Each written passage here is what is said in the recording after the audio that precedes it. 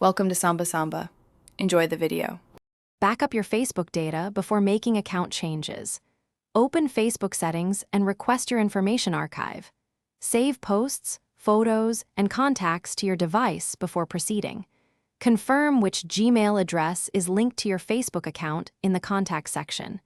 Make sure you can access that Gmail account and its recovery options. Have both Gmail and Facebook login information handy for verification steps and security checks before removing any linked accounts.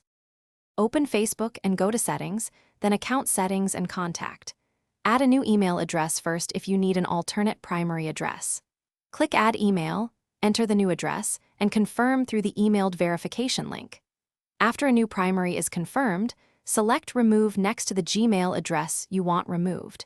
Confirm removal when Facebook asks for your password to verify identity and complete the change securely. Open your Google account and choose Security, then Third-Party Apps with Account Access. Find Facebook and click Remove Access to revoke Google sign-in permissions immediately. Return to Facebook and check apps and websites to disable any Google apps or contact imports. Turn off email sync and contact import options inside Facebook settings to stop future Gmail sharing. Finally, test logging into Facebook using your